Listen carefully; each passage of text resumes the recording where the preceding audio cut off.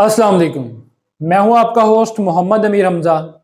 इस वीडियो में बात की जाएगी कि गंदम की फसल की अक्टूबर के महीने में काश्त करने से गंदम की फसल में फ़ायदा हासिल होगा या नुकसान हो सकता है।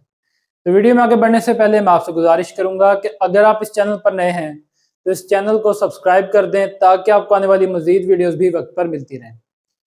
काश्तकार भाइयों, इस साल गंदम की फसल का रेट अच्छा होने की वजह से ज़्यादातर काश्तकार गंदम की फसल को तरजीह दे रहे हैं और बहुत सारे काश्तकारों की कोशिश है कि जितनी जल्दी हो सके वो अपनी फसल की अगेती काश्त कर दें, क्योंकि ज़्यादातर काश्तकारों के जहन में ये ख्याल है कि जितनी अगेती काश्त कर दी जाएगी उतनी ही ज़्यादा पैदावार हासिल की जा सकेगी और उतना ही ज़्यादा मुनाफा भी लिया जा सकेगा।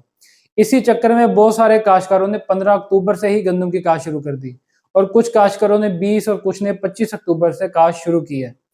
तो अब हमारा सवाल ये था कि क्या अक्टूबर में काश्त करने से फ़ायदा होगा या नुकसान हो सकता है।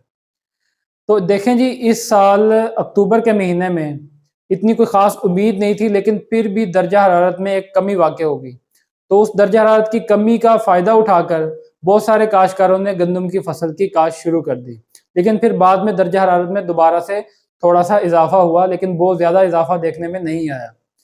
लेकिन अब इसमें टेक्निकल जो पॉइंट देखने वाला है कि जब गंदम की फसल टिलरिंग करना शुरू होगी तो टिलरिंग के लिए जो उसको मतलूबा दर्जा हरारत चाहिए, जब उसने झाड़ बनाना है तो उस वक्त उसका क्या मतलूबा दर्जा हरारत उसको हासिल हो जाएगा।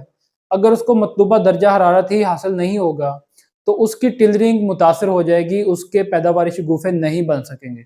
तो अगर पैदावारी शगुफे ना बने और गंदम के जो तने हैं वो बिल्कुल थोड़े से रह गए तो उससे क्या होगा कि आपकी फसल में सिट्टों की तादाद भी कम हो जाएगी और आपकी फसल की पैदावार भी कम हो जाएगी।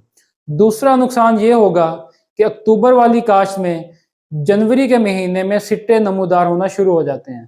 तो जनवरी का जो आखिरी हफ्ता होता है, आखिरी जो 10 दिन है, उन 10 दिनों में भी कोरे का स्पेल आ जाता है। तो अगर उस वक्त कोरे का स्पेल आ गया तो फिर आपकी फसल पर जो सिट्टा नमूदार हुआ होगा वो मुतासिर हो जाएगा और जहां से भी सिट्टा मुतासिर होगा उससे आगे सिट्टे में ना तो दाना बन पाएगा, अगर दाना बना हुआ तो उसके अंदर कोई वजन नहीं बन पाएगा। इससे आपकी फसल की पैदावार बहुत ज़्यादा मुतासिर हो जाएगी।